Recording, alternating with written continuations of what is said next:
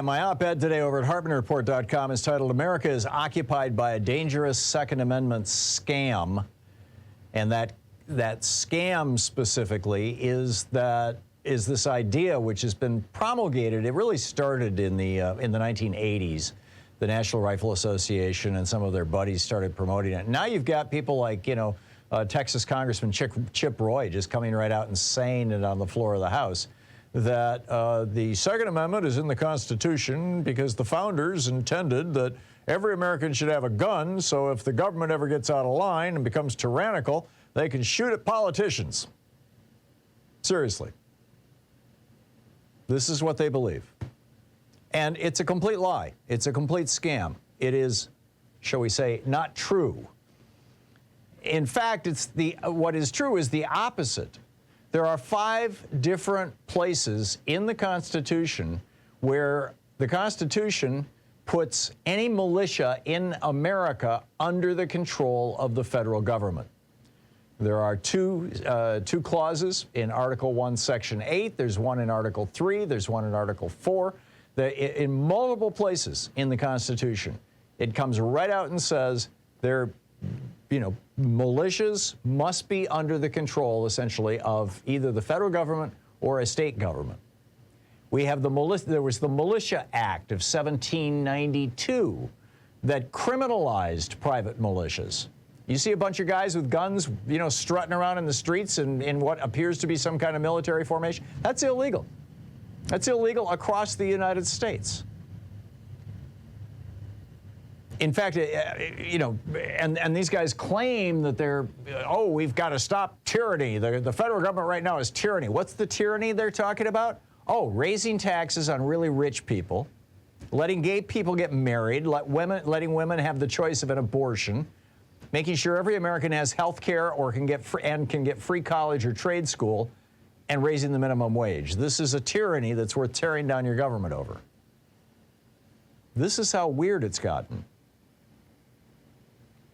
And now, because this modern era of, this explosion of guns in America really started in 2008 with the election of Barack Obama.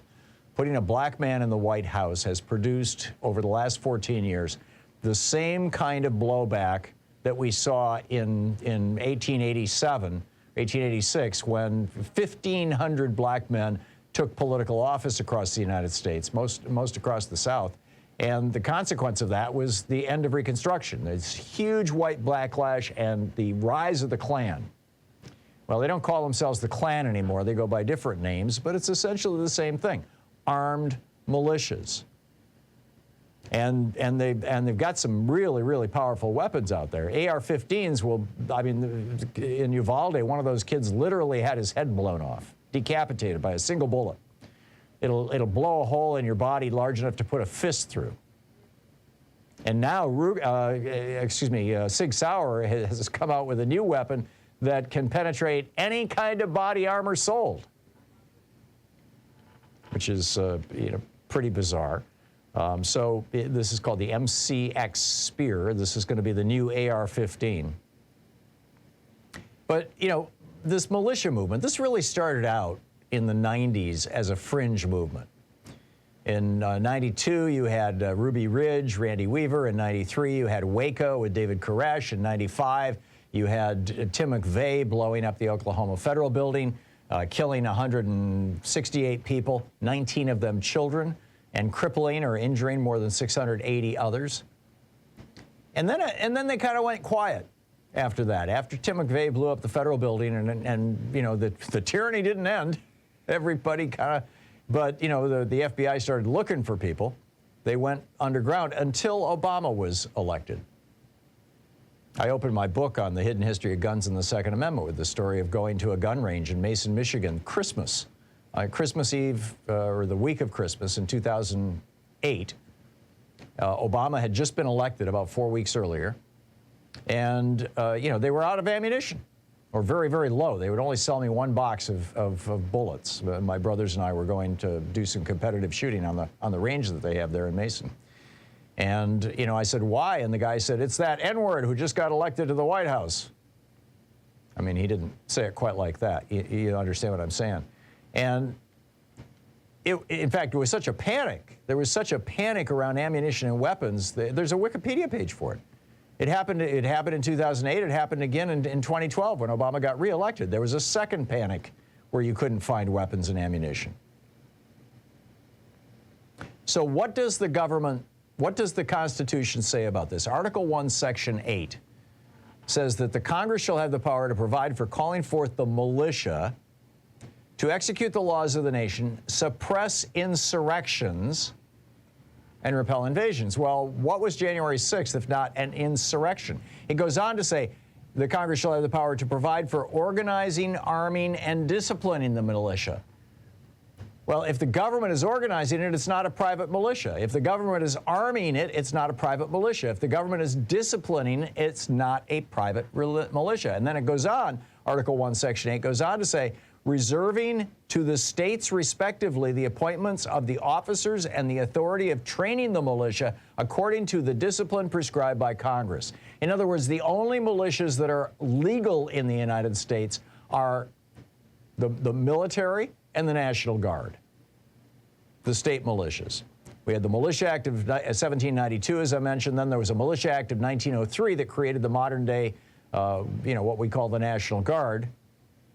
Article 4, Section 4 of the Constitution guarantees us a Republican form of government when ordered by either the Congress or the President against domestic violence, another reference to this. Article 3, Section 3 defines treason. It's literally the only place in the Constitution where a crime is defined.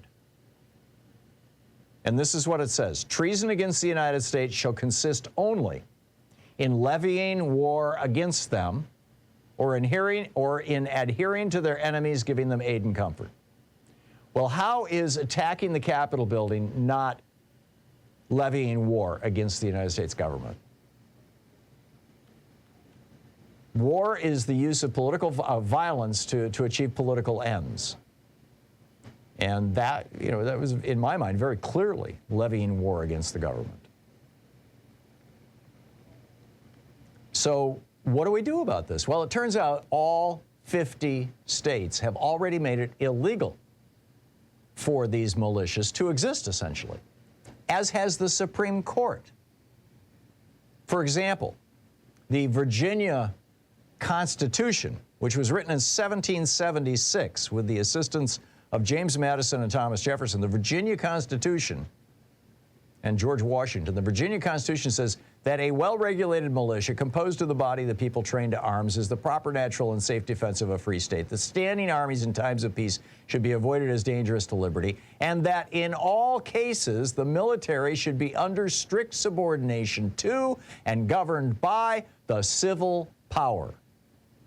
In other words, if you want to walk around with a gun and cosplay being a revolutionary patriot or a Klan terrorist, you've got to operate under direction of the governor or the president.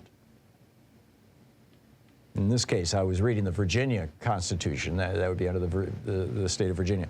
The only two states that don't, in their constitutions, outlaw private militias are Georgia and New York.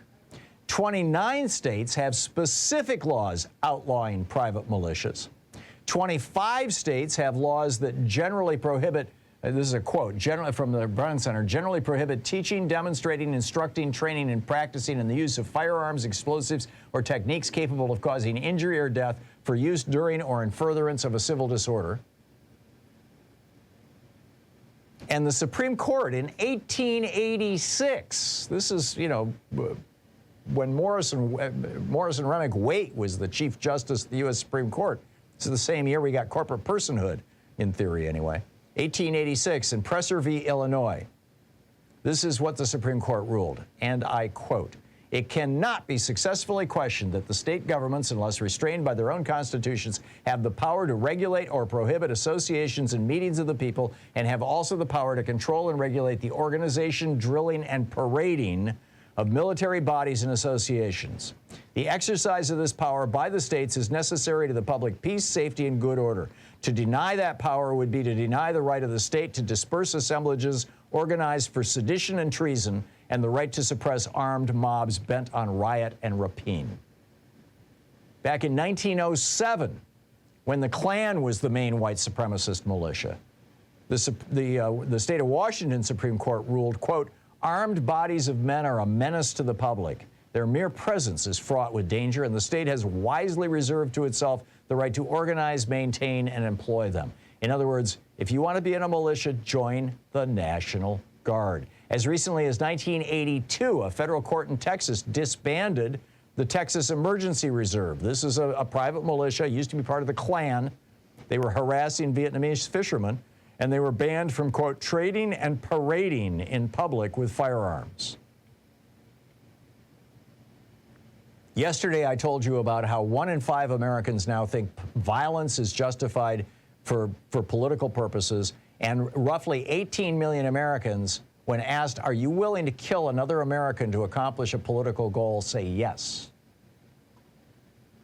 This is the result of 40 years now of our being told that normal government functions are tyranny, that the founders and framers wanted average people to have guns so that they could shoot at cops and politicians. And I'm telling you, the proverbial chickens are coming home to roost. This is a dangerous time in America. We've got militias out there that are, threatening people who have testified against Trump, who are threatening people of color, who are protesting our queer brothers and sisters. And I mean, it's just, it goes on and on and on. The threat to liberty in the United States is now coming from people who claim to be acting on behalf of liberty in the United States, if that's not ironic enough for you. The states need to get this under control and start enforcing the laws that are already on the books. And frankly, we need to have an assault weapons ban. We need to do something about these new weapons, this new weapon that Sig Sauer has come out with that will kill any cop. It'll penetrate any bulletproof armor available in the United States right now. And they're going to be selling it into the civilian market next year.